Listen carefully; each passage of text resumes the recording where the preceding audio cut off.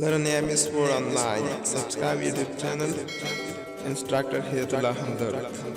ګران زده کوونکو سلامونه مې ونه په دې هیله چې تاسو به ټول روغ جوړ او د صحت جمعې به مو پر تنوي راځو درس ته تېره ورځ موږ تاسو مایکروسافټ ورډ انزرټ ایپ کې په ټیبل باندې بحث کولو او کله چې ټیبل موږ تاسو جوړ کړ دې سره مو په ډیزاین او لای آوټ باندې خبرې وکړې تر مرج ګروپ پورې مو وویل نن به راشو سیل سایز ګروپ ته په سیل سایز ګروپ کې لومړی اټو فیټ بیهیویر دا چې موږ تاسو په انزرټ ټیبل کې تیرو درسونو کې خبرې پرې کړې هم دي لومړی کمانډ په دې کې اټو فیټ کانټینټس دا کله چې دې باندې کلیک وکړو کلمونو اندازه چې د هغه کوچنی شي کله چې موږ تاسو د هغې په منځ کې لیکنه کوو نو د دې کلمونو اندازه چې دا هغه د شي سره سمیږي د کنټینټ یعنی د لیکنې سره چې د دې په منځ کې راځي ځان سموي دویم کمانډ چې د اټو فیټ وینډو ده د کلمونو اندازه به د دغې وینډو له دې سر څخه تر اخر سره پورې ځان ترتیب کړي او دې کې هم کله چې موږ تاسو لیکنه کوو د مثال په ډول دې ځای کې زه راغلم او مې لیکه ایمیل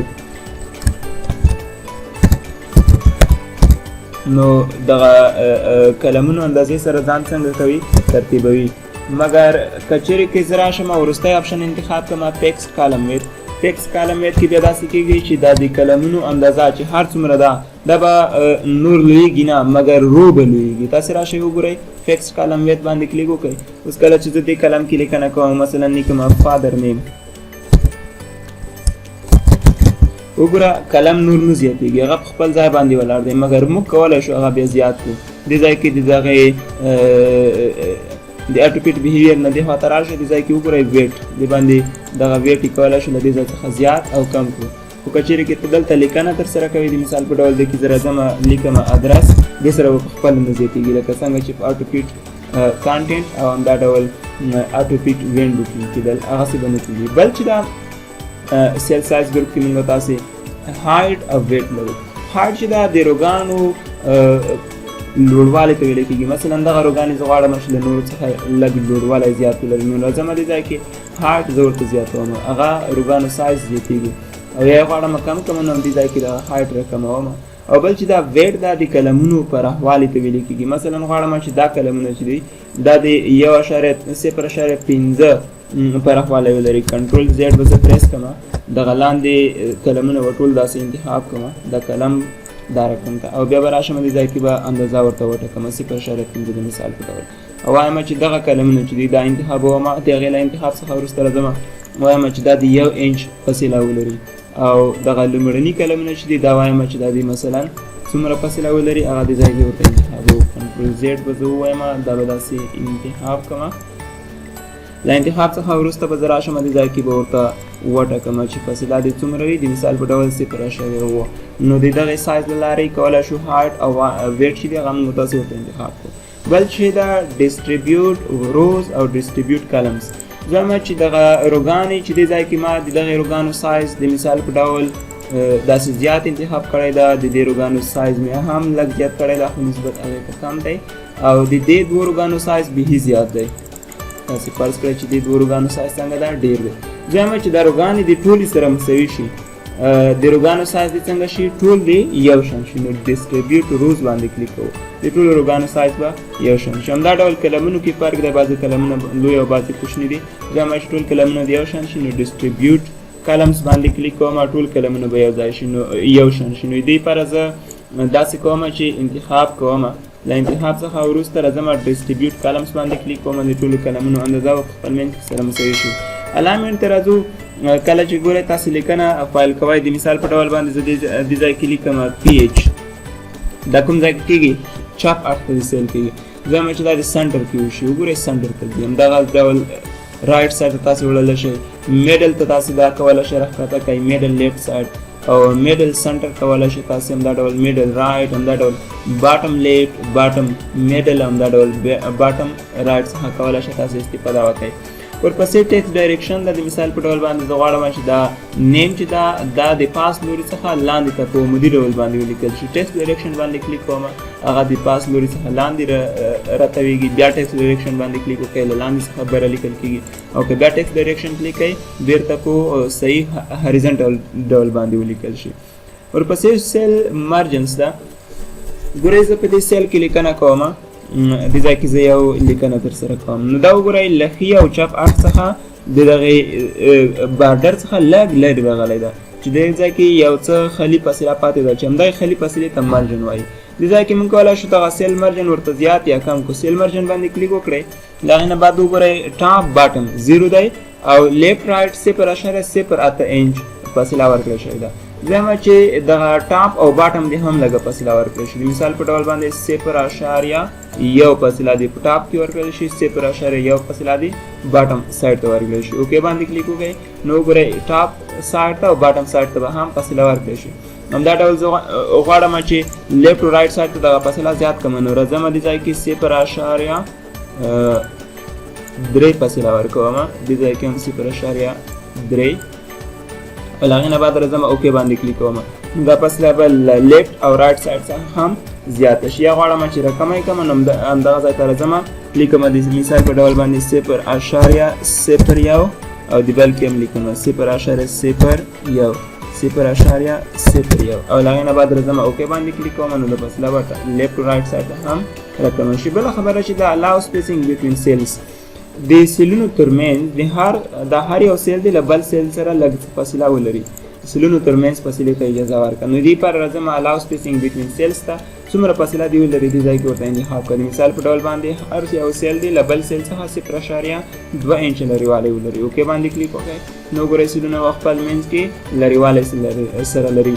یو هم چې دغه لرېوالی دی لږ اندازه رقم شي. نو راځم 0.2 پر ځای باندې 0.1 انتخابوم. اوکې باندې کلیک کوم. نو فاصله به لږ سره کمه شي. بله خبره چې دا هغه د automatically resize to fit contents. څنګه چې موږ تاسو دې ځای کې auto fit behavior وویل. که چېرې که زه دې ځای کې انتخاب کوم text column weight، دې ځای کې چې کله لیکنه کوم نو دا لیکنه لاندې په دې سیل کې راښکته کېږي، ښي اړخ ته نه ځي تر څو دغه قلم غاټ شي.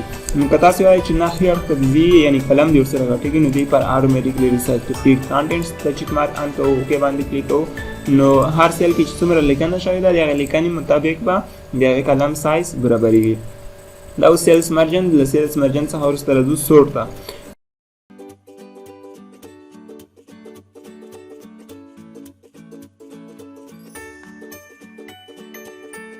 دغه نومونه مې پکې ولیکل.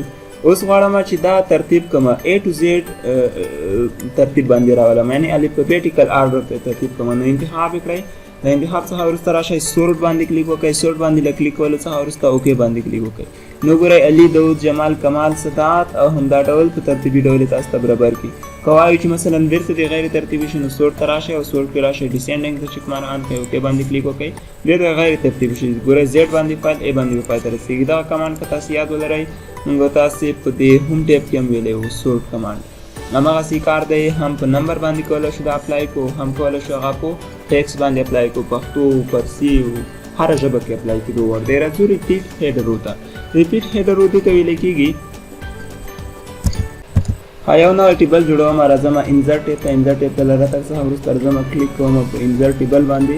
دې ځای کې هم دغه نمبر اف کالمز کې ورته لیکم اووه او نمبر اف روز چې دي هغه اتیا ده. زه به راشم دې په ځای به ورته لیکم 100. له هغې نه بعد به زه کلیک وکړم اوکې باندې.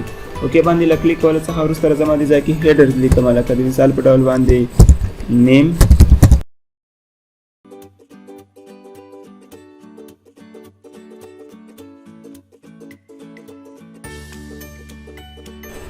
دغه هیډرز مې ورکړل. ها په دې لومړي پیج کې زه کله چې ډیټا پیډ کوم په هغې کې هم ستونزه نشته ده. هغه ماته ښکاري هر یو د جاب لاندې به جاب لیکم، سیلري لاندې سیلري او همدغه ډول د ایمیل لاندې ایمیل.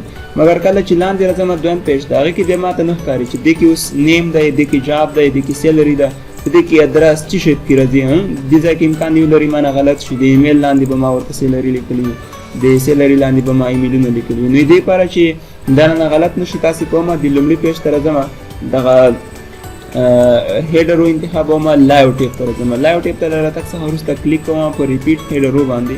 ریپیټ هیډرو باندې کله چې کلیک وکړم اوس راځو دویم پیج ته. کله چې دویم ټیبل پیج ته راشئ تاسو وینئ چې هغه هیډرو چې ده هغه دویم پیج کې هم تکرار ده، دریم پیج کې هم تکرار ده.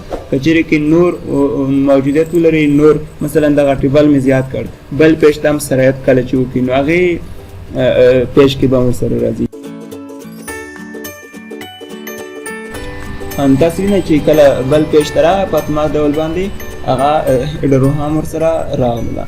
خارجو کنورټ ټیکست ټو ټیبل باندې کنورټ ټیکست ټو ټیبل مخکې موږ تاسو په انسرټ ټیب کې د ځای کې ویلیو کنورټ ټیکست ټو ټیبل د ځای کې اوس په لاوټ کې راغلی دی کنورټ ټو ټیکست یعنی دغه ټیبل کې لیکنه موږ تاسو کړی دا غواړو دا لدې څخه لیکنه جوړ کړو د ټیبل ورڅخه لري کړو نو دا انتخاب کړئ له انتخاب څخه وروسته راشئ کنورټ ټیکست باندې کلیک وکړئ څه وایي مینس کې د ټیب راشي کما دی راشي که بل شی دی راشي زه یم ټیب دی راشي اوکې باندې کلیک وکړه بس هغه د لیکنې څخه د ټیبل څخه چې لیکنه کومه شوې وه هغه بهر ته وباسي او همداسې ساده لیکنه ورڅخه جوړه کړي. راځو بلې موضوع ته هغه دا فارموله چې دا موږ کولی شو د فارموله په واسطه باندې په دې ټیبل کې محاسبات ترسره کړو. د مثال په ډول باندې دې ځای کې زه راغلم دغه سیلریز مې داسې فیډ کړه داسې سیلریز لیکم ښه اوس غواړم د وروستي سیل کې دې ځای کې دغه ټولې سیلریز چې دي هغه سره جمع کړم. نو د جمع کولو لپاره راځم فارموله باندې کلیک کوم فارموله باندې چې کله کلیک وکړم بس سیمپلی اوکې باندې کلیک کوم دا پاس څومره سیلریز چې دي هغه ټولې ماته جمع کوي. ښه زه وایم چې دا څومره کسانو ته دغه سیلریز ورکړی شوي دي دا څو کسان دي دا راته پیدا کړه نو دا به زه ړنګ کړم دې لپاره به بیا راشم فارموله ته د ځای کې سم لیکل شوی ده د سم په ځای باندې به زه دا سم به ړنګ کړم صرف به دې په ځای باندې ولیکم کاونټ COUNT کاونټ به ولیکم اوکې باندې به کلیک وکړم بس راته وبشماري 11 کسان دي چې هغې ته دغه تنخوا ورکړی شوې ده. همدا ډول زه وایم چې په دې کې تر ټولو لویه سیلري څه شی ده نو دې لپاره بله فارموله کاروو یوازې دغه سم چې ده نو دا انتخاب کړئ او دا ړنګ کړئ سم دې په ځای باندې ولیکئ میکسیمم MAX او راشئ اوکې باندې کلیک وکړئ تاسو ته لویه تنخوا پکې معلوموي. همدغه ډول که غواړئ چې کوچنۍ تنخوا معلومه کړئ نو دا ړنګ کړئ او بیا راشئ همدغه ځای ته دې ځای ته راشئ او په دې کې تاسو راشئ د سم پر ځای ورته ولیکئ مینیمم MIN چې هغه یې شرکت دی MIN ولیکئ له هغه نه بعد راشئ اوکې باندې کلیک وکړئ تاسو ته کوچنۍ تنخوا پکې پیدا کوي. د دې تر څنګ مختلفې نورې فارمولې هم په دې ځای کې کولی شئ وکاروئ. پیسټ فنکشن ته راشئ کلیک وکړئ دې ځای کې چې څومره فارمولې موجود لري یوریج د کاونټ د F دی همدغه ډول اور دی ناټ دی دغه ټولې فارمولې کولی شئ تاسې که چیرې کې زده وي هغه په هغې ځای کې وکاروئ. ښه له دې څخه وروسته راځم فارموله باندې تاسو پوه شوئ چې مختلفې فارمولې په کارولی کېږي. نو دغه زموږ ستاسې درس و په لایو ټیب کې د ټیبل مطابق له ټیبل څخه وروسته موږ تاسې بیا پکچر لرو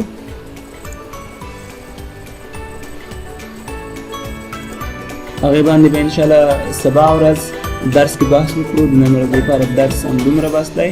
سبا ورځ به زموږ ستاسې د درس موضوع پکچر وي. ښه ورځ ولرئ.